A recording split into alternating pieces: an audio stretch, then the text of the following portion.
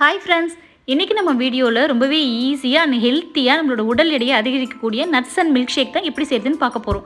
இந்த மில்க் ஷேக்கை நம்ம 10 நாள் குடித்தா போதுங்க, 2 கிலோ வரைக்கும் ரொம்பவே ஈஸியாக வெயிட் இன்க்ரீஸ் ஆகும்.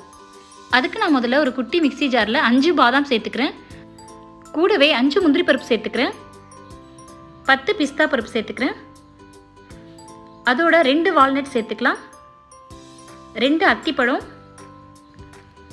ஒரு 10லேருந்து 15 உலர்ந்த திராட்சை சேர்த்துக்கலாம். அடுத்ததாக சீடு இல்லாத பேரிச்சம்பழம் 2 சேர்த்துக்கிறேன். சீடோடு சேர்க்கும் போது மிக்சியில் மாட்டிடும், அதுக்காக சீடில் சேர்த்துக்கோங்க. எல்லாத்தையும் சேர்த்ததுக்கப்புறமா நல்ல காய்ச்சின 1 கப் பசும்பால் எடுத்துருக்கேன்.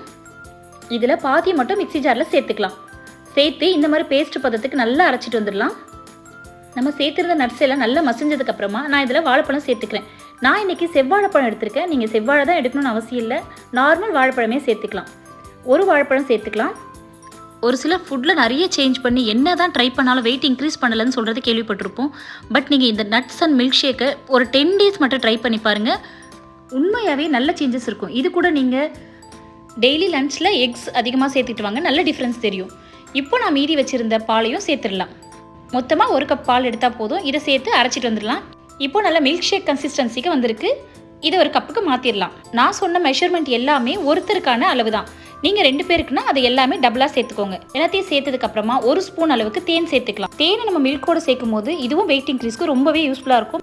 மேலே கொஞ்சம் நட்ஸ் சேர்த்து பிரேக்ஃபாஸ்ட்டுக்கு அப்புறமாவும் லஞ்சுக்கு முன்னாடி ஒரு 11 o'clock ட்ரை பண்ணி பாருங்கள். 10 டேஸ்க்கு அப்புறம் ரிசல்ட்ஸை கமெண்ட்டில் சொல்லுங்கள்.